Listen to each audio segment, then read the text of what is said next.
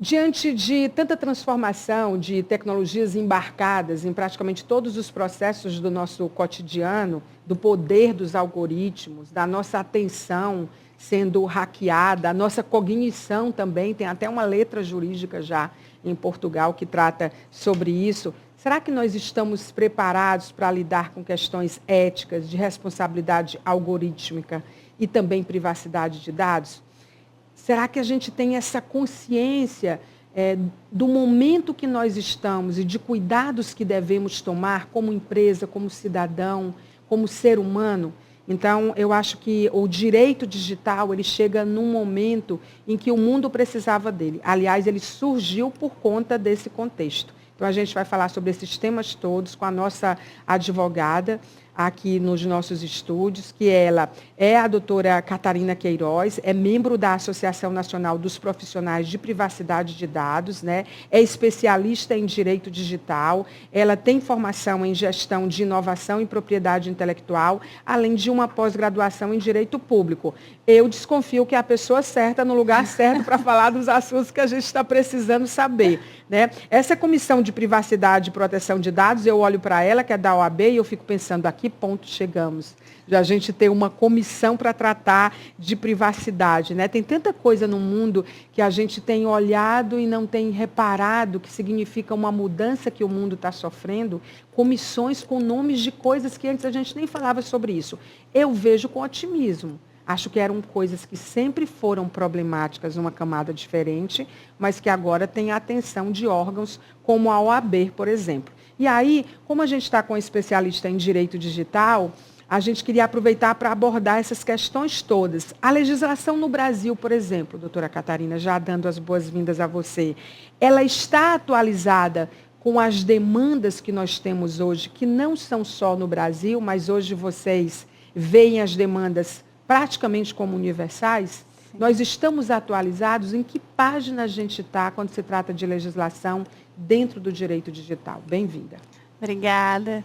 Então, Maia, é muito complicado falar de atualização enquanto a gente está falando de internet, porque todo dia a internet está se reinventando, todo dia aparece uma coisa nova que deveria ser regulamentada e todo dia a gente esbarra com um direito novo que está sendo transgredido.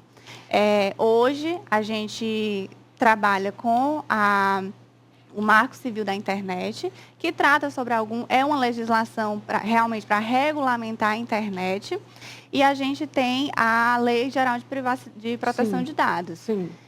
Entretanto, hoje a gente ouve falar muito de inteligência artificial, agora a gente ouve falar muito de criptomoedas, até desses tokens que muita gente nem sabe como é que trata ainda, e de fato isso ainda não é abordado, ainda não é regulamentado. Por isso que às vezes a gente esbarra até em alguns problemas como o do X que teve agora, né, com o dono Elon Musk, dessa falta de regulamentação. Mas que o Brasil mostrou claramente que não é terra da mãe Joana. Eu não sei nem de onde vem esse ditado. Eu nem gosto de falar, porque de repente eu nem sei quem é essa mãe Joana. Pois é. A gente não deve falar mais ditados como se falava antigamente, mas achava que era terra de ninguém. Exatamente. Né? É um problema grande essa questão da regulamentação da internet, porque como podemos dizer que o Brasil ainda é bebezinho nessa questão do direito digital. E com as legislações que nós temos até agora, o judiciário ainda precisa atuar muito em cada caso concreto.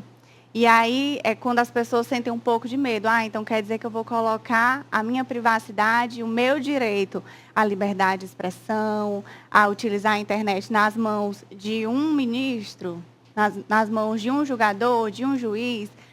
Mas é o que temos no momento. E por isso que está tendo essa discussão tão grande acerca da necessidade de regulamentação da internet. Quais são as áreas que você considera que ainda precisam ser regulamentadas?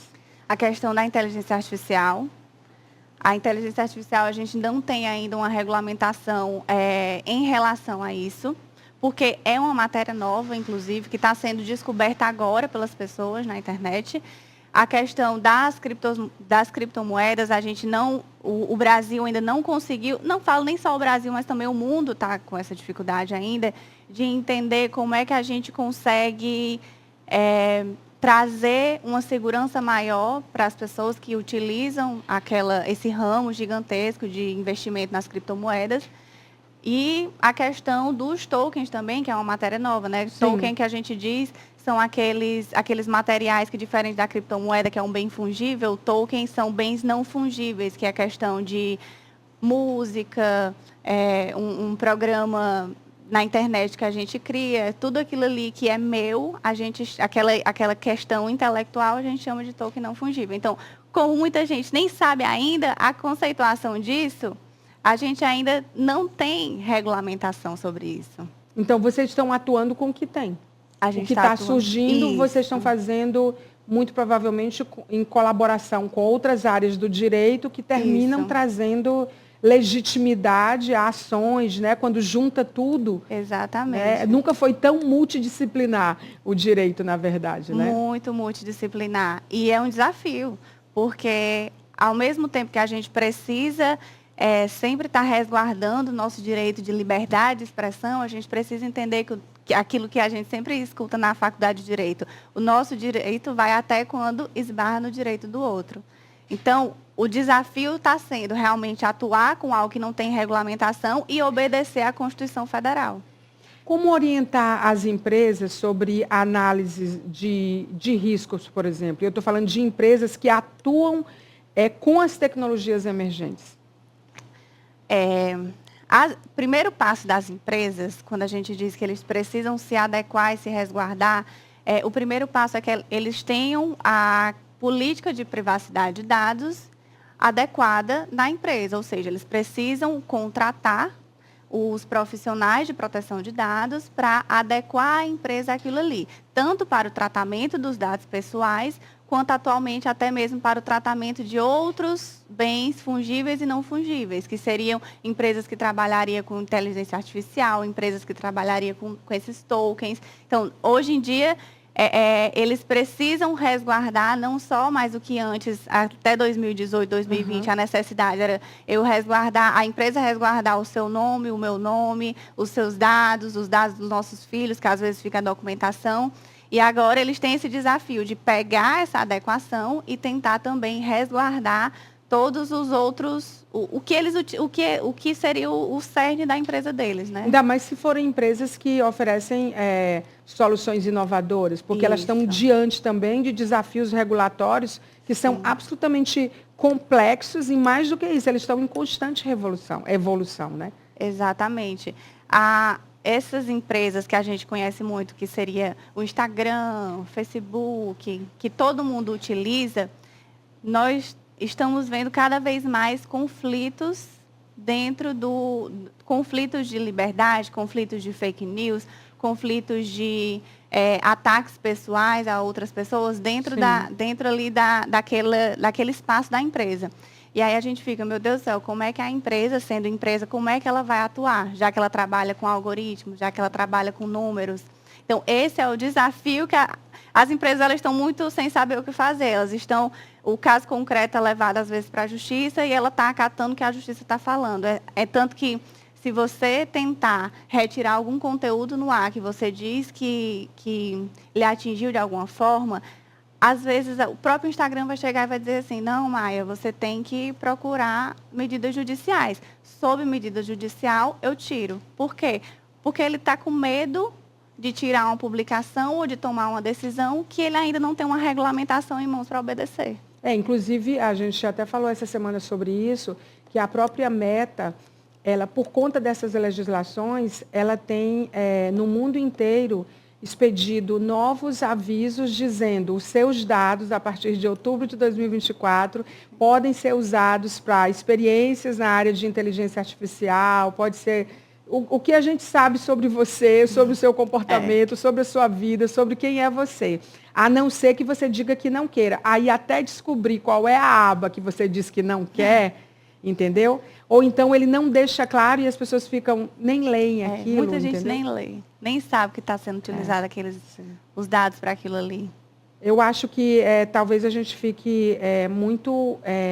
as empresas estão mais vulneráveis, né? Com as novas fórmulas e o direito digital correndo atrás de diminuir esse que não é só um gap, um fosso, é um vale, na verdade, né? Legal.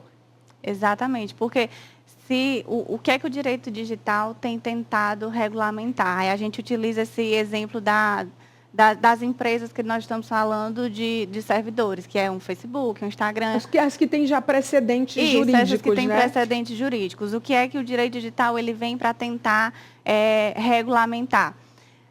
A gente ouve muito falar da questão de algoritmo. O algoritmo está ali. As questões de transparência e responsabilidade algorítmica. Exatamente. A gente ouve, porque o algoritmo me leva a ver isso aqui, o algoritmo me leva a fazer isso aqui, a apertar nessa opção e não na outra opção. Sim. Mas o que é que eles estão utilizando que está levando àquela escolha do algoritmo? É o hackeamento da atenção e da cognição. Em Portugal já existe um projeto... Falta um pouco essa transparência. A gente não sabe o que é que está sendo utilizado, qual é o ponto de partida de cada empresa, de cada servidor desse. Na verdade, existe uma leitura cognitiva que hoje ela se dá de outro modo, né? Então, os nossos hábitos, o que a gente faz, o que a gente clica, o que chama a nossa atenção, ele passa a ser parte de um algorítmico que é dentro de um negócio que faz com que esse negócio ganhe mais dinheiro, porque ele vai recomendar coisas para você, né, e vai garantir que as mídias patrocinadas cheguem até você, porque você gosta de calça jeans e você viu muita calça jeans, e você comprou muita calça jeans na internet, e aí você vai entrando dentro disso, né? Agora, como regulamentar isso? Esse é o problema que o direito digital está tentando ver como é que ele vai regulamentar.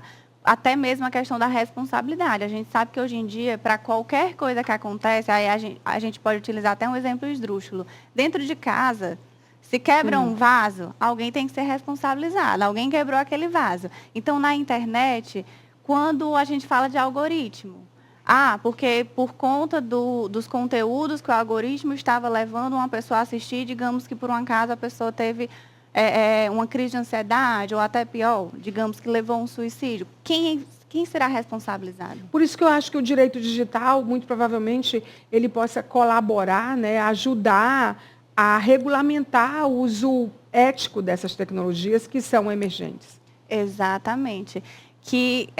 Para que isso não fique só à mercê do judiciário, que é o que está hoje em dia. A questão do X foi exatamente essa.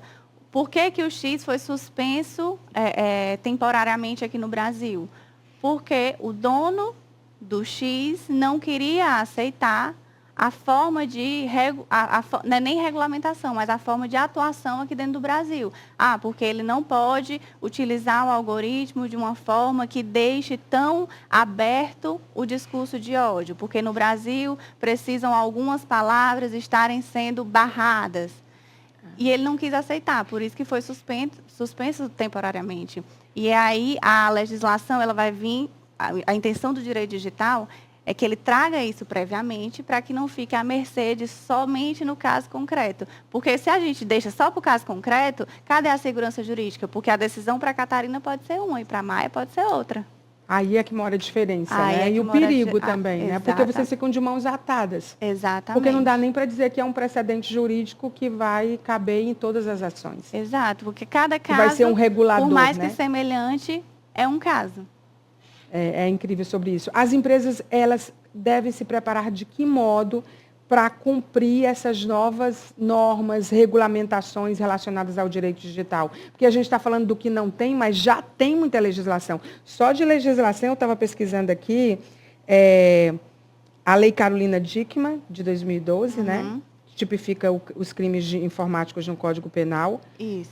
De 2014, o Marco Civil da Internet, que estabelece os princípios de direitos e garantias, isso foi importante. Foi. Né? E deveres para o uso da internet. A de 2018, a Lei Geral de Proteção de Dados, LGPD, né, que mudou muita coisa. O Marco Legal das Startups, de 2021, que regulamenta o ambiente de negócio para startups, incluindo aspectos digitais, né?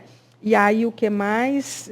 E tem a lei do governo digital, que determina que a administração pública participe da Estratégia Nacional do Direito Digital, editada pelo Poder Executivo Federal. Ou seja, eles legislando para eles mesmos, né? Quer dizer, uma...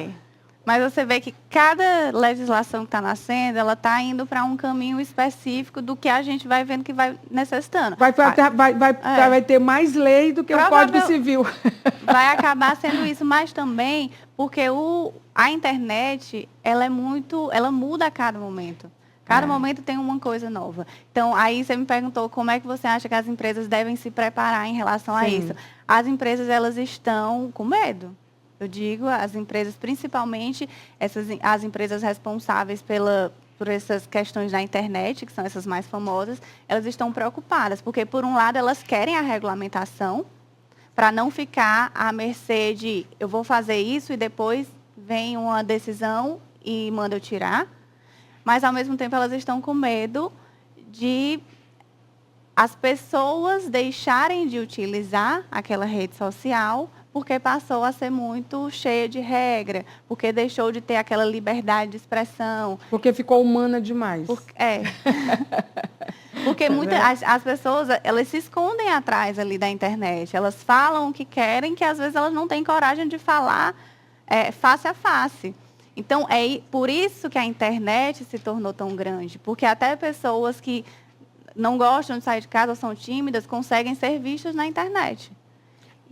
E aí, pode falar, por favor. Aí, quando começar a regulamentar, quando isso começar a travar, a gente diz, travar um pouquinho mais a atividade, será como é que os usuários vão gostar? Como é que eles vão comportar? Tem outras coisas. Eu ouvindo você falar, e passou um filme na minha cabeça. Por exemplo, a pedofilia, ela não opera mais como ela operava antes.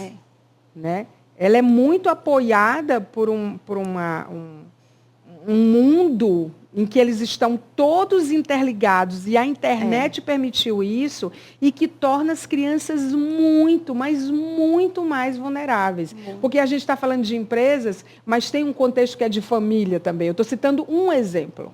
Né? Estou citando um exemplo de crianças, porque assim, na Deep Web tem um mundo de crimes que só acontece lá, de pedofilia, de crimes financeiros, né? De várias coisas que acontecem. Então, assim, é um mundo... E aí eu fico pensando que o direito digital, ele tem outros desafios dentro de outras coisas que são do direito da família, do direito, por exemplo, que eu estava pensando ainda há pouco, trabalhista. Porque, por exemplo, o direito trabalhista, com a vinda do digital e da tecnologia, ele também vai precisar ser revisto com a lente do direito digital. O uso de WhatsApp pelas empresas. O assédio. A gente já vê muito isso. Não existe o assédio psicológico, o assédio físico, o assédio... Tem um assédio digital. Não tem, não? Ainda não tem com esse nome, mas a gente vê o direito digital dentro de todas as áreas, como você falou. Aí no trabalhista, eu dou alguns exemplos. Não tem com aquele nome de assédio digital, mas já tem o assédio moral usando ferramentas digitais. Já tem o nicho ou sexual. E jurisprudências falando só sobre aquilo ali, sobre assédios no trabalho por meio do WhatsApp. Principalmente na pandemia, que existiu o home office.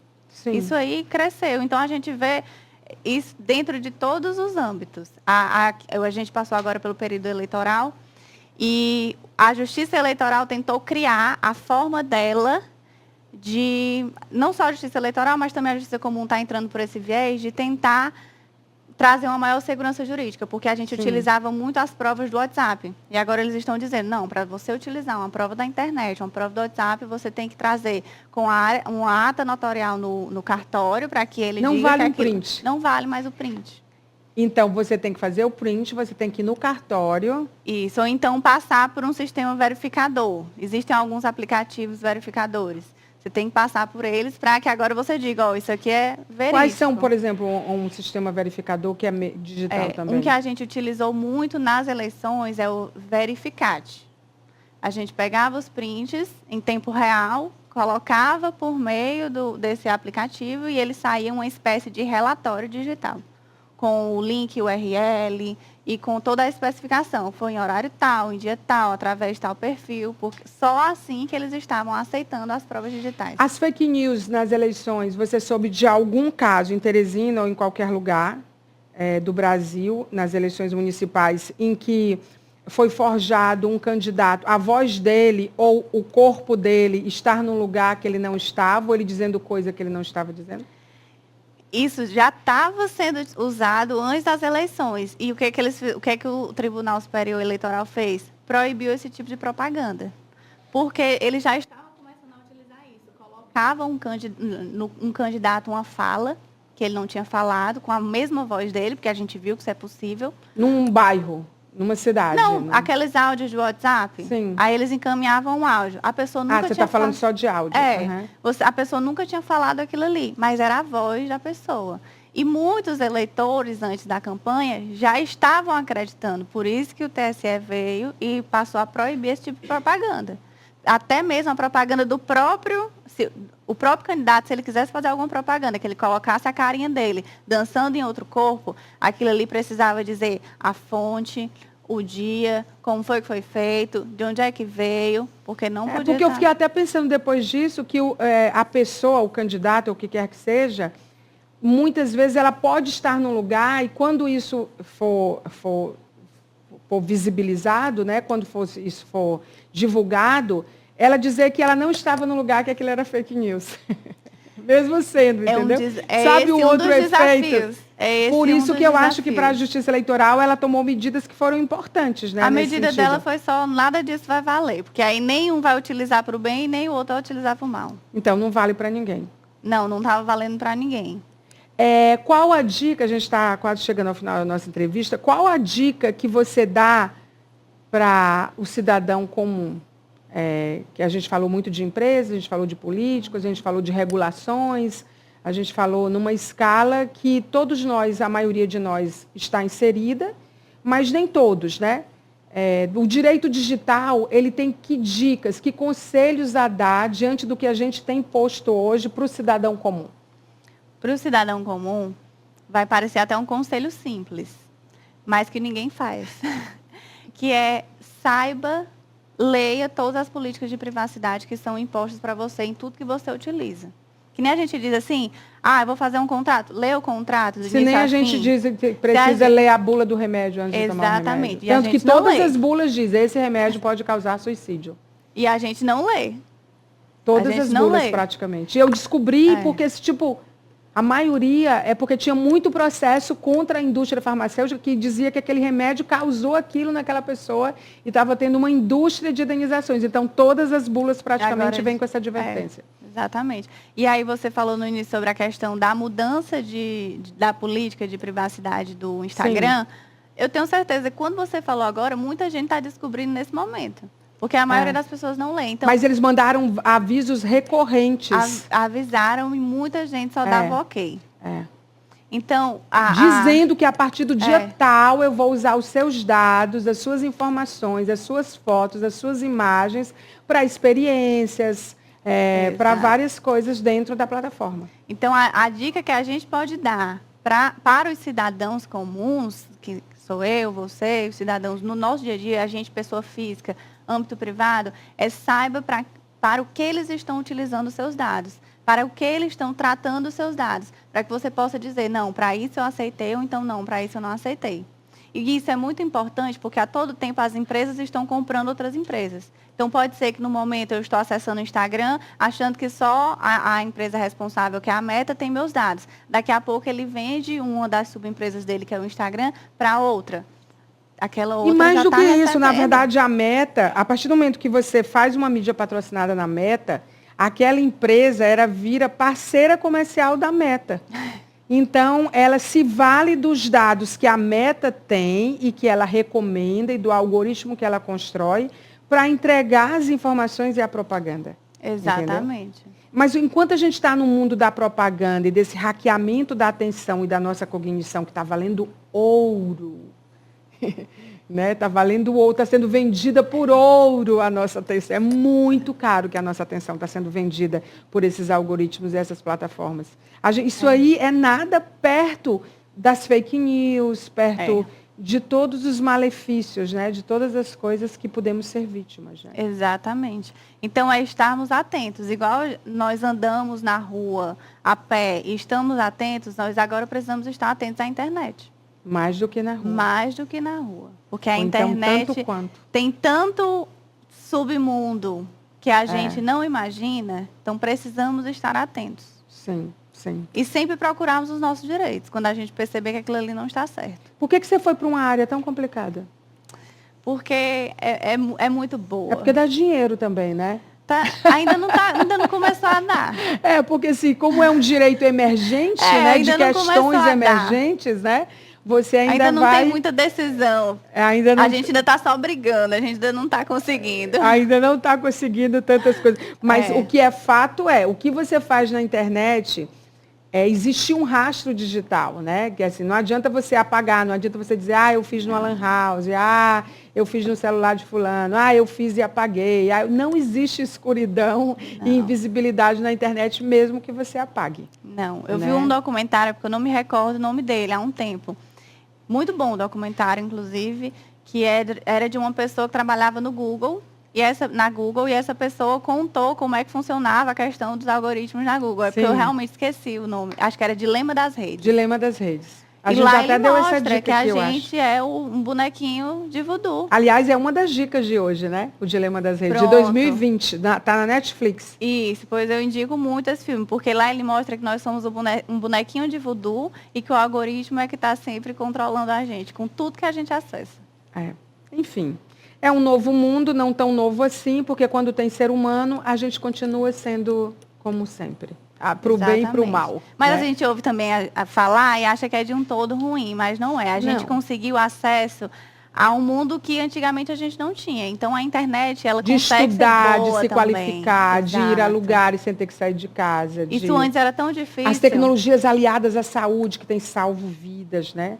A tecnologia que tem levado educação à distância para as pessoas, que tem tirado da escuridão. Na saúde, a questão da telemedicina, que consegue diminuir na metade a demora no atendimento. Mas isso é outra coisa. Vamos passar a mão na cabeça da... Não. Isso é outra coisa. Mas está no direito digital também, né? Tá tudo no direito digital. Outro dia a Ruth Goldberg... E precisa ser regulamentado também. Outro dia a Ruth Goldberg, ela entrou com um processo nos Estados Unidos, porque quando ela morrer, ela quer ter direito ao esquecimento. Que já existe esse direito, né? Essa lei, né? Essa possibilidade legal, né? Exato. Já existe a possibilidade legal. Há um tempo... Ela não quer que a imagem dela seja usada para nada. Que foi aquele caso muito famoso da Curie, que tinha se suicidado, muito famosa. Sim. E aí as fotos dela, quando você pesquisava, eram as primeiras fotos que você via na internet. E ela foi a primeira a ganhar um caso de direito ao esquecimento, que a família, depois da morte dela, conseguiu retirar todas as imagens do falecimento. Pois a Ruth Goldberg já tem agora isso registrado, né, em todos os lugares que ela pôde, digitalmente e fisicamente, que ela quer direito ao esquecimento quando ela... Não, o direito digital, ele é um mundo. Se eu puder, se fosse para falar dele, a gente ia passar o dia todo falando sobre o mais isso. Recente, o mais incrível que você acha, assim, o mais disruptivo, o mais... A inteligência artificial, sem dúvidas. Porque a inteligência artificial, ela consegue... Ela tanto pode ser usada muito para o mal, quanto ela pode ser usada para o bem também. Ela Vocês conseguem ver a precedência das coisas, né? As precedências legais no mundo, Sim, né? E ela otimiza o trabalho, que antes um trabalho seria feito em 10 dias, você consegue com acesso da inteligência artificial, fazer em 2 dias. Agora, só uma dica, gente. Há uma competição hoje entre essas inteligências artificiais, como o ChatGPT, que é a mais conhecida, mas o Google tem, todo mundo tem uma hoje, tem pelo menos umas 6 rodando, porque elas estão competindo entre elas para serem muito rápidas. Então, assim, você pergunta e ela quer responder rápido. Porque agora todo mundo sabe fazer prompt, né? Todo mundo aprendeu a falar, porque está cheio na internet, né? Tá cheio. Para você fazer a pergunta, quanto melhor você sabe perguntar, quanto mais repertório você tem, mais ela vai te entregar. Só que o fato delas estarem respondendo muito rápido, competindo entre si, está comprometendo a qualidade das informações. Exatamente. E a outra coisa não adote nenhuma tecnologia sem você questionar antes. aqui ela serve, por que ela serve. E a tecnologia vem para ajudar, para somar, e não para substituir. Exatamente, porque tem muita tecnologia de aprendizado de máquina que não está sendo mediado pelo ser humano. Eles estão deixando todas as informações para elas lá e eles não estão orientando, não estão estruturando os dados, não estão fazendo a mediação do que é o aprendizado. E esse é o risco da inteligência artificial. Está na série do Futuro de Bill Gates, que acabou de estrear agora na Netflix, que não é sobre o futuro do ser humano Bill Gates, mas que aborda tudo de inteligência artificial, que é muito bacana. Você volta mais vezes? Volto sim, com certeza. Me chama que eu venho, né, doutora? Muito obrigada pela entrevista, foi ótima.